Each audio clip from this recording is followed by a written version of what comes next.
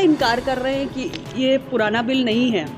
हम तो स्वयं इस बात को कह रहे हैं कि 3 दशक पुराना बिल है और 1996 से इस बिल के लिए प्रयास शुरू हुए। सबसे पहले माननीय पूर्व प्रधानमंत्री एच.डी. देवेगौड़ा जी की सरकार इसको लाई थी। उसके बाद लगातार कई सालों तक प्रयास हुआ इसके लिए। वाजपेयी जी की सरकार ने भी प्रयास किया, कांग्रेस की सरकार ने भी प्रयास किया, लेकिन अंततः जो बिल पास होके कानून की शक्ल ले रहा है वो इस सरकार के कार्यकाल में ले रहा है। और हम ये भी कहना चाहते हैं कि सभी पार्टियों ने मिलकर इस बिल को समर्थन दिया है और महिलाओं की भागीदारी के लिए सभी लोग साथ आए हैं। देखिए, जातिगत जनगणना का विषय मेरी पार्टी, अपना दल भी निरंतर उठाती रही है। हम इसके पक्षधर हैं। मैं इस बात को स्पष्ट कर देती हूँ, देश में अगला सेंसस होना है। 2011 के बाद अभी तक हम सेंसस एक्सरसाइज नहीं कर पाए हैं।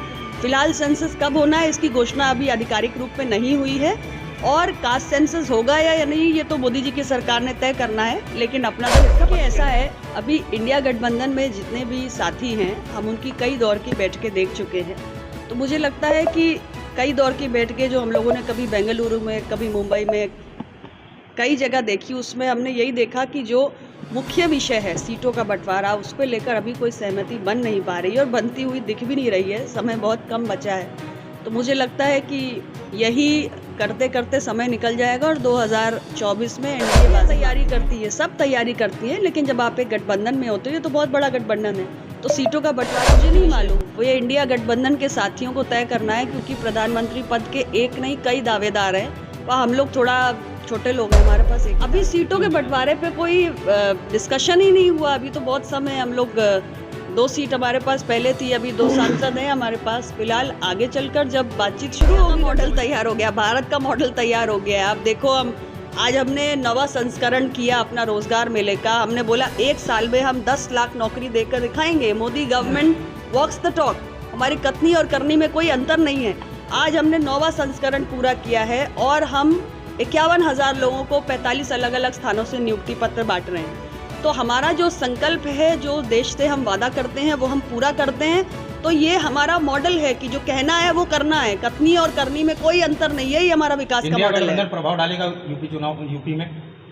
अभी पिछले कई चुनाव का आप रिकॉर्ड उठा के देख लो, क्या प्रभाव पड़ा। तमाम प्रयोग हुए, कांग्रेस और सपा का गठबंधन हुआ, फिर सपा और बसपा का गठबंधन हुआ। अभी सारे लोग आ गए और पता नहीं कितने कितने लोग यूपी में आ जाएंगे चुनाव लड़ने। बट आप मुझे बताओ, क्या कोई भी प्रयोग सफल रहा है?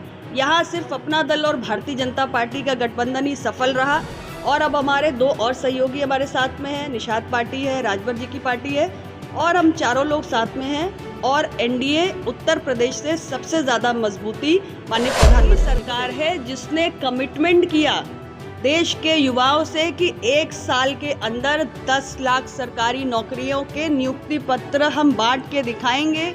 इसके लिए हमने मिशन मोड पर काम किया, मिशन रिक्रूटमेंट चलाया।